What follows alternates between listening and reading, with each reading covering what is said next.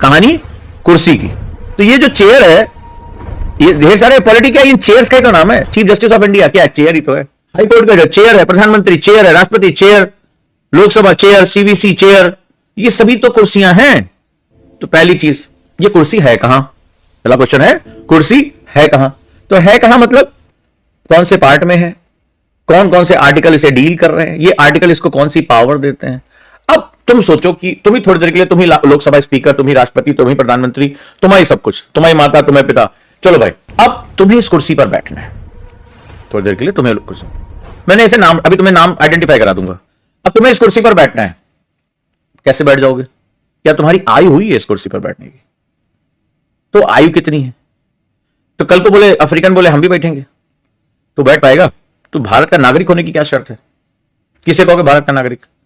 पाकिस्तानी आ जाए बोले हम भारत के नागरिक, तो किसे तुम भारत का नागरिक कहोगे? भारत का नागरिक शब्द आ गया, क्योंकि जो ये सारी किताबें हैं वो किसी ना किसी अलमारी में लगी हुई हैं।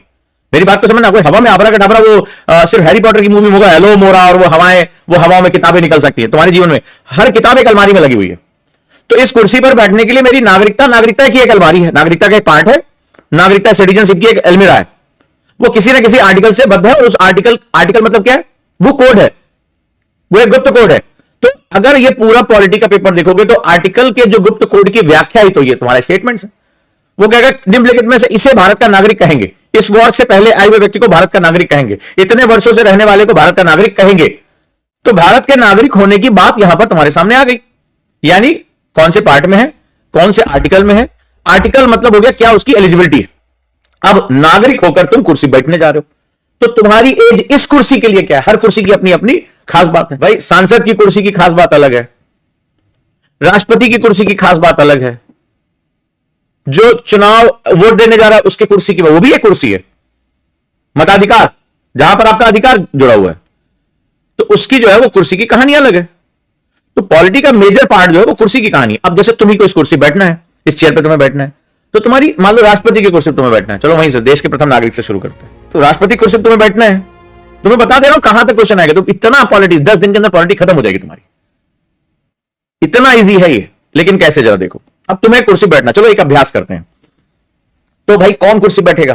तो पहले बताओ कुर्सी, ये कुर्सी है कहां भाई? मैंने कहा वो आपको राष्ट्रपति कुर्सी बैठना है। किसी बड़े से शादी पंडाल में गए, बोले अरे अच्छा आप कौन? दुल्हन भाई हैं? अच्छा दुल्हन की बहन है, वो आपके लिए वाली कुर्सी है, वो चले जाएगा। रेड वाली जो आगे बढ़िया वीआईपी कुर्सी है, वेलवेट वाली, वहां तो आपको बताऊंगा ना कि वाली कुर्सी वहां है। तो आप पहले ढूंढो कि कुर्सी कहां है तुम्हारी। अब राष्ट्रपति का विषय किस पार्ट में है? कहानी आज समझ जाओगे। पॉलिटी तुम्हें इतनी इजी लगेगी, 10 दिन तुम्हारे लिए, तुमको ज्यादा समय दे दिया आपने। तो सबसे पहले आप आदत डालो, पहले बताओ कुर्सी है कहां, आदत डालो। ये chair, the place of this chair, इसको अपनी कॉपी में लिखो। आज की क्लास के बाद पॉलिटी तुम्हारा इतना इजी हो जाएगा, बता तो रहा। नंबर एक इधर से एक गलती उधर बता देना मेरे को। हिस्ट्री ऑफ पॉलिटी में 30 से 35 क्वेश्चन एक बच्चा ठप्पा लगा के आएगा इस बार, ठप्पा, कोई नेगेटिव मार्किंग नहीं। अब भैया पहले बताओ कौन से पार्ट में ये कुर्सी रखी हुई है, फिर कौन सा आर्टिकल उसको डील करता है। भाई अलमारी में ये वाले खाने में पहुंच गए तो वहां पे पता चला वो लाल कुर्सियां 12 रखी थी, तो बोला गया पहली वाली लाल कुर्सी पे आपको बैठना है। वहीं से शुरुआत होगी। आप दूल्हे भाई, दूल्हे बहन, वीआईपी कुर्सी आपके लिए, फॉर एग्जाम्पल, है ना। तो किस पार्ट में कौन सा आर्टिकल कहां से कहां तक इसको डील करता है। अब इस कुर्सी पर अकेले तो हो नहीं, इस क्लास में मान लो इतने लोग मेरी क्लास देख रहे हैं, ये सारे कह रहे सर हमें राष्ट्रपति बना दो, हमें राष्ट्रपति बना दो। ये कुर्सी के लिए, किस्सा कुर्सी में तो बहुत कैंडिडेट है ना। अब ये सारे खड़े, ज्योति कह रही है ठीक है, साधिका कह रही है, कीर्ति कह रही है सर हम भी राष्ट्रपति बनेंगे, हम भी राष्ट्रपति बनेंगे, अमरेंद्र कह रहे हैं ना राष्ट्रपति बनेंगे। चलो भाई सब लोग राष्ट्रपति बन जाएंगे, लेकिन हम कहेंगे ना कुर्सी पर कोई एक आदमी बैठेगा। अब वो आदमी कैसे होगा? वो किसी फूफा लगता है तब बनेगा, किसी मामा लगता है तब बनेगा, किसी जीजा लगता है तब बनेगा, ऐसा नहीं होगा। तो राष्ट्रपति कुर्सी पहले हमने कहा भाई एज इतनी होनी चाहिए, तो हमने छांटा भाई एज कितनी, तो पहले देखो एज कितनी।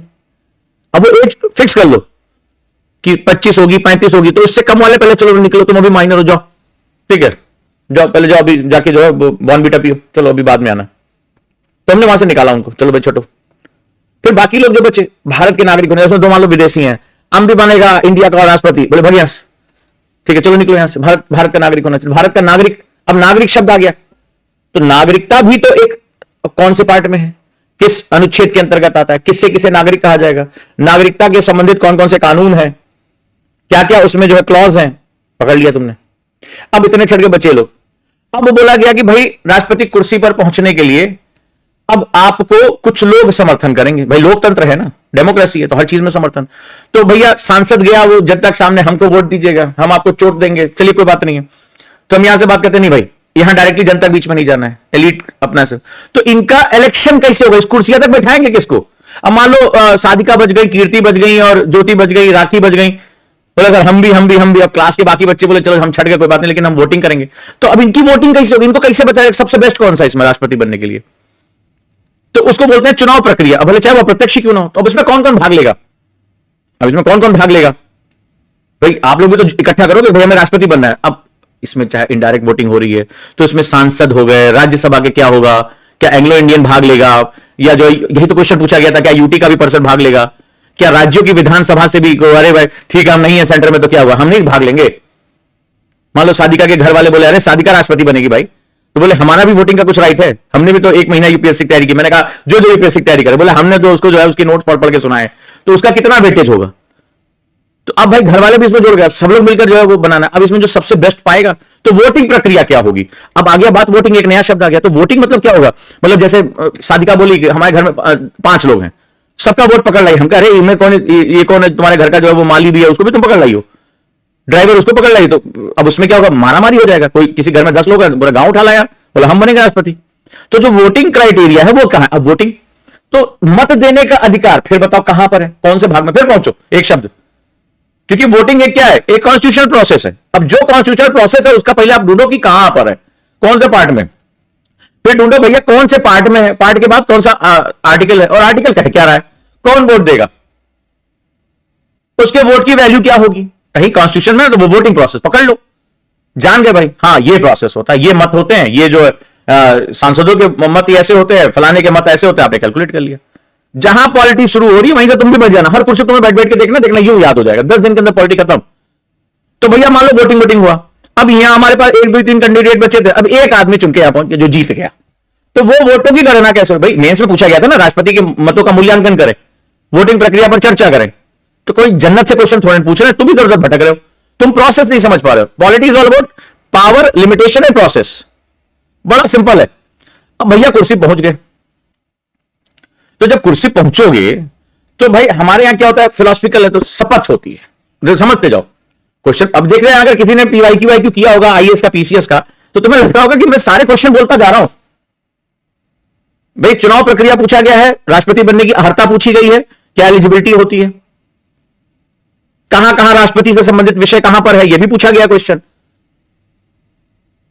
अब जब कुर्सी बैठने जा रहे किसी को कुर्सी बैठ तो रहे, लेकिन उल्टा सीधा काम मत करना, क्योंकि हर कुर्सी की गरिमा है, वो संवैधानिक कुर्सी है, तुम्हारे घर की कुर्सी नहीं है। तो बोले कसम खानी पड़ेगी कि हम जो काम करेंगे ईमानदारी से करेंगे, खानी तो पड़ेगी, करे ना करे तुम्हारे ऊपर है। तो वो शपथ दिलाएगा कौन? बोले हम तो सिर्फ मम्मी बात समझते हैं, तो मम्मी के हम शपथ ना दिलाएंगे, हम सिर्फ सर पे हाथ रहेंगे, खाई लो कसम, झूठ बोले तो तुम्हारा इसी की तैसी, तो वो वाला यहां काम नहीं करेगा। तो वो शपथ दिलाएगा कौन? तो हर किसी के एक पद की गरिमा होती है, भाई कुर्सी भी तो मेंटेन होती है। घर के डाइनिंग टेबल पे मुख्य कुर्सी पापा बैठते हैं, बगल मम्मी बैठती हैं, तुम लपुआ झपुआ दूर बैठते हो। तो उसी तरह से उनको कसम कौन दिलाएगा, शपथ कौन दिलाएगा, ये तुम्हें पता होना चाहिए। पूछा गया क्वेश्चन कि राष्ट्रपति को शपथ दिलाता कौन है? अब आप कहेंगे चीफ जस्टिस ऑफ इंडिया, बात की बात है, तो chief of justice of India को कौन कसम दिलाता है? तो पापा को कसम कौन देता? मम्मी, और मम्मी कसम कौन देता? पापा। तो भाई कुर्सी बराबर होगी तभी तो कसम दे पाओ, तुम्हारी कसम का कोई लेना देना है नहीं, चप्पल अलग बढ़ जाए। तो यहां पर जो है अब आपने कसम दिला दी, अब बैठ गए आप कुर्सी पे, आप बैठ गए आराम से, तो आपकी कुर्सी पोजीशन क्या? भारत के प्रथम नागरिक हैं। अब आप करेंगे क्या कुर्सी बैठ के? बोले मूंगफली छीलेंगे, तो ऐसा नहीं होगा। तो रहा कुर्सियां है कहां? सड़क किनारे थोड़ा डाल देंगे, तो आप रहेंगे राष्ट्रपति भवन में। अब राष्ट्रपति भवन एक आर्किटेक्चर है, पढ़ लो उसके बारे में, कौन बनाया, रायसीना हिल कहां है, गार्ड ऑफ ऑनर क्या होता है, कभी लटके झटके जीके में क्वेश्चन पूछ लेते हैं सब। तो पहली बात तुम्हारे पास अब कुर्सी में शक्तियां क्या है, तो शक्ति क्या होती है? तो जब हम शक्ति की बात करते हैं, पॉलिटिकल पावर, इकोनॉमिकल पावर, सैन्य शक्तियां, तो अब शक्तियों के बारे में थोड़ा डिस्कशन कर लेते हैं। भाई सभी सेनाओं का प्रमुख कमांडर कौन है? जो सुप्रीम कमांडर कौन है? राष्ट्रपति। सारी शक्तियां निहित हैं। भारत का शासन किसके नाम पे चलेगा? राष्ट्रपति। तमाम तरह की जो है वो चिक चिक यहां पर होती रहेगी। अब चलो भाई, हम शक्तियां भी कई प्रकार की होती है, एक एक्चुअल और एक ऑर्नामेंटरी। पार्लियामेंट्री मतलब विभूषण के रूप में, जैसे भारत का शासन राष्ट्रपति के नाम पर चले, गणराज्य का प्रमुख है। तो यहीं पर आ गया पार्लियामेंट किसके साथ नहीं था, मतलब पार्लियामेंट किसकी तरफ मुंह देख के शासन चलाएगा, आपकी तरफ। तो पार्लियामेंट में आप शामिल हो गए अपने आप, राष्ट्रपति, लोकसभा, राज्यसभा, वेरी गुड। तीनों सेनाओं का प्रमुख कौन है, आप ही हैं, भले चाहे आप कभी लड़ने ना गए हो, लेकिन आप ही के नाम पे सारा बवाल होगा। सरकार का मुखिया कौन, आप। और अब ये देखिए आप कहां कहां के मुखिया हैं, देश के प्रथम नागरिक आप। तो जब आप किससे मिलेंगे, कोई देश का राष्ट्राध्यक्ष आ रहा है तो आप किसकी आगवानी करने पहुंचेंगे, किससे आप मिलने पहुंचेंगे, आपको यह भी पता होना चाहिए कि मेरे समकक्ष कौन कौन है। किसी देश का प्रधानमंत्री आ रहा है तो हम मिलेंगे कि नहीं मिलेंगे, राष्ट्रपति आ रहा है तो मेरा प्रोटोकॉल में होना जरूरी है कि नहीं जरूरी है। आ जाओ भैया यहां पे, फिर आ जाओ कि भाई एक्चुअल पावर कौन कौन सी, चाहे वो इमरजेंसी की पावर हो, चाहे सरकारों को हटाने की पावर हो, लगाने की पावर। जब शासन के मुखिया हमारे नाम पे चलो तो हमारा ही हस्ताक्षर जगह होगा ना। तो हम किसको हटा सकते हो, किसको निकाल सकते हैं, किसको नियुक्त कर सकते हैं। तो एक बार पकड़ लो ना अपना काम। अब तुम कुर्सी बैठोगे तो कोई बोले अरे साहब ये काम है, हाँ ये काम, ए भाई देखो ये काम हमारे काम में आता है। तुम मृत्युदंड को माफ कर सकते हो कि नहीं कर सकते हो, तुम किसकी किसकी अपॉइंटमेंट कर सकते हो, चीफ जस्टिस ऑफ इंडिया की कर सकते हो, प्रधानमंत्री कर सकते हो, राज्यपाल कर सकते हो, फलानवा कर सकते हो, डेकनवा कर सकते हो, किसकी किसकी कर सकते हो। तुम्हारे हाथ में क्या है, बैठो थोड़ी देर कुर्सी पे, 5-10 मिनट बैठ के देखो आराम से, हाँ भाई कौन कौन किसको अपॉइंट करते हो। जब अपॉइंट करो तो हटा भी तो सकते हो, तो किसको किसको हटा सकते हो, भले चाहे प्रधानमंत्री हटवाए कोई हटवाए, लेकिन हटा तो सकते हैं, मेरे साइन होने चाहिए, तो मुझे पता होना चाहिए ना। फिर कौन कौन सी रिपोर्ट, जो संवैधानिक संस्थाएं, कौन कौन सी रिपोर्ट हमारे पास आएगी, और कौन सी रिपोर्ट सीधे जो है लोकसभा में जाएगी, कौन सी राज्यसभा में, लेकिन कौन सी मेरे पास आएगी। एक बार उसकी लिस्ट बना लो, कौन कौन सी रिपोर्ट मेरे पास आ रही है, मेरे टेबल पे कौन कौन सी रिपोर्ट पहले मेरे पास आएगी, फिर हम जिसको देना होगा हम दे देंगे। यूपीएससी क्वेश्चन ही तो है कि फलाना रिपोर्ट किसको रखी जाएगी, फाइनेंस कमीशन की रिपोर्ट किसको जाएगी, कैग की रिपोर्ट किसको जाएगी। तो रिपोर्ट जा किसको रही, हमारे पास कौन सी रिपोर्ट आएगी, हम क्या करेंगे। फिर अब पावर है, तो पावर हमें कॉन्स्टिट्यूशन मिली हुई है ना, हम कौन सा बिल देख सकते हैं, कौन सा बिल रोक सकते हैं, कौन सा हम किसका मृत्युदंड माफ कर सकते हैं, किसको हम वापस भेज सकते हैं रिव्यू करने के लिए, हमें पता होना चाहिए। फिर अब जिन लोगों ने हमें बिठाया, कल उनका मन खराब हो गया, बोला हम हटाएंगे तुम्हें, तो हटाने की शक्तियां भी तो पता होनी चाहिए। अब हटाने की शक्तियां तो कहीं ना कहीं तो होगा। यहां जो भी बातें मैं जितनी लाइनें बोल रहा हूं वो सबके अगेंस्ट एक आर्टिकल है, वो सबके अगेंस्ट एक आर्टिकल है, वो मुझे पता होना चाहिए कि संविधान के बारे में क्या बताया। संविधान एक कोडिफिकेशन है, कोड में बात करता है, 345, 347, 420, 433 ABCD, उसके क्लॉज बना दिए गए, समझो इतनी बड़ी बड़ी बातों को कहने के लिए, लेकिन वो कहीं ना कहीं तो है। तो मुझे हटाने की प्रक्रिया क्या होगी, क्या बोलेंगे उसको, महाभियोग, इंपीचमेंट। तो कैसे होगा इंपीचमेंट। फिर जब हम कुर्सी बैठे, हमें इम्यूनिटी क्या मिल रही है, भारत के राष्ट्रपति हम, भैया भारत का शासन मेरे नाम चल रहा है। कोई आया, मान लो ऐसा ही आया, बोले और क्या FIR हुआ है, चलिए गिरफ्तार कर ले, तो क्या मुझे गिरफ्तार कर सकता है, मैं भारत के राष्ट्रपति पद पे बैठा हूं। तो मुझे इम्यूनिटीज क्या मिली है, सैलरी भत्ता कितना मिलेगा, बाबू ऐसे कुर्सी बिठाए रखो, कितना काम कराओगे, सैलरी भत्ता कितना मिलेगा। रिटायरमेंट के बाद हमारे पास क्या है, क्या मेरे लिए कुछ अलग, हमें जाके किराया मकान ढूंढना पड़ेगा मुखर्जी नगर में, हे बाबू हम भारत के राष्ट्रपति थे, हमें कमरा दे दीजिए, नहीं होगा ना। तो कुछ तो इम्यूनिटीज मिलेगी, कुछ तो हमें रेम्युनरेशन मिलेगा, कुछ आगे चलकर हमें प्रमुख, हमारी गणना कहां होगी, रैंकिंग हमारी क्या है, पूर्व राष्ट्रपति की रैंकिंग कहां तक आती है, क्या वो कैबिनेट मिनिस्टर से ऊपर होता है, नीचे होता है। तो आपको लग रहा होगा अरे बाप रे बाप कितने क्वेश्चन हमने कराए हैं, यही सब क्वेश्चन तो अरे यार हमने देखे हैं, क्योंकि तुम टुकड़े टुकड़े में पढ़ रहे हो यार, तुम्हारे सामने जो क्वेश्चन आ रहा है तुम वही कर रहे हो, तुम ये समझ नहीं पा रहे कि उस कुर्सी पर बैठने उतरने की जर्नी क्या है, कुर्सी पर बैठने उतरने की जर्नी क्या है। अगली कुर्सी पर मान लो चीफ जस्टिस ऑफ इंडिया बिठा दें, तो चीफ जस्टिस ऑफ इंडिया कौन बनता है, कौन एलिजिबल करेगा कि आप एलिजिबल हो, कहां से चुनाव होगा, तो कॉलेजियम में, कॉलेजियम के अंदर तो कोई नहीं घुस सकता। क्या होनी चाहिए उसकी अर्हता, चीफ जस्टिस दिया ना हमारे संविधान, कोई भी हमारे मन करे हम बोला बहुत हो गया चीफ जस्टिस ऑफ इंडिया हम बनेगा, हम ही आए वजह दीनानाथ चौहान, तो ऐसे तो नहीं काम चलेगा। तो पहली बात उसकी एलिजिबिलिटी क्या होनी चाहिए, अर्हता क्या होनी चाहिए, नागरिकता क्या, जो बात बोलोगे उसके अगेंस्ट हमेशा आर्टिकल सेट कर दो, बोले ऐसा होना चाहिए। मान लो हमारा मन करे नहीं, बोला ऐसा नहीं होना चाहिए, हम 1 साल छोटे हैं तो क्या वो घर का तुम्हारा छोटा भाई बोला हम भी बनेंगे, हम 1 साल छोटे तो क्या वो हम भी बैठ जाएंगे कुर्सी पे, तो ऐसा नहीं होगा ना। तो वो एक फिक्स आर्टिकल होगा, उसके लिए एक फिक्स आर्टिकल होगा कि इसी आर्टिकल के अंतर्गत ये डील होगा। फिर जब सिलेक्शन प्रोसेस देख लिया, अब कुर्सी पहुंचे, अब कुर्सी जैसे बैठने जा रहे हैं, रुको शपथ तो लिए ही नहीं, बोले अच्छा कौन शपथ दिलाएगा हम चीफ जस्टिस ऑफ इंडिया, बेटा कुर्सी बैठते लपेट देंगे, तो अब कौन शपथ दिलाएगा, तो शपथ दिलाने के लिए आए, तो आपको पता नहीं कौन जो है सीजीआई को शपथ कौन दिलाएगा। आप शपथ वपथ ले ली, बैठ गए कुर्सी पे, तो कुर्सी पे करेंगे क्या बैठ के चीफ जस्टिस ऑफ इंडिया? बोले न्याय करेंगे, बाकी लोग क्या करें, मूंगफली छिल रहे हैं, मटर जाड़े में आया मटर आई है तो सबको दे दिया है, नीचे डलिया लेके जो है वो मटर छिल रहे हैं। हाँ आज क्या बनेगा, अच्छा मटर की पूड़ियां बना रही भाभी जी, ऐसा तो नहीं होता होगा वहां पे संविधान पीठ के नीचे ऐसा तो नहीं होता होगा। तो उनकी पावर्स क्या है, वो किसके समकक्ष हैं? कस्टोडियन ऑफ कॉन्स्टिट्यूशन का क्या मतलब हुआ? अब ये क्वेश्चन यूपीएससी ने पूछ लिया है, इसमें आपने किया होगा कि भाई वो किन मसलों पर राष्ट्रपति को सलाह दे सकते हैं, पूछेगा सब्जेक्ट, सलाह दे रहे हैं तो सलाह मतलब राष्ट्रपति किसी से थोड़े ना ले लेंगी। अब चीफ जस्टिस ऑफ इंडिया से कानूनी मामलों पे सलाह ले रही हैं, तो सलाह मानना ना मानना क्या बाध्यकारी है? क्वेश्चन यूपीएससी ने पूछा है, कौन सी बड़ी बात है? कोई मैं तुम्हें लग रहा होगा आश्चर्यजनक चीजें कर रहा हूं, मैं तो अभी पीवाईक्यू खोल भी नहीं रहा हूं, यही क्वेश्चन पूछे जाएंगे और आए हुए क्वेश्चन, और हर एग्जाम में आए हो, चाहे आईएएस हो चाहे पीसीएस हो, ये बड़ा मामूली चीजें हैं, पढ़ने का मजा देखो। फिर भाई बैठे तो कार्यकाल भी तो मान लो जैसे कार्यकाल वाला छूट गया, बोले कुर्सी बहुत अच्छी लग रही, बहुत बढ़िया गद्दी लगाया भाई साहब, वो एकदम झकास है, पूरा शेर वेर ऊपर बना हुआ है, बड़ा सुंदर कुर्सी है, वहां हम नहीं उतरेंगे। अरे तो तुम्हारा महत्तम कार्यकाल कितने साल का होगा? एक फिक्स टेन्योर भी तो होगा तुम्हारा। अब वो फिक्स टेन्योर में दो तीन चीजें हैं, या तो तुम्हारा टाइम होना चाहिए, तुम्हारी एज होनी चाहिए, भाई दोनों चीजें हैं। अब मान लीजिए आपका जो है वो किडनी बुढ़ापा हो रहा है, किडनी फेल हो रही है, अब बार बार उठ के आपको वॉशरूम जाना पड़ता है, डायबिटीज की प्रॉब्लम है, तो एक समय या तो आयु पकड़ लेंगे एज, और या तो फिर तुम्हारा कितना मैक्सिमम टाइम तुम वहां बैठ सकते हो, सब ठीक ठाक है तो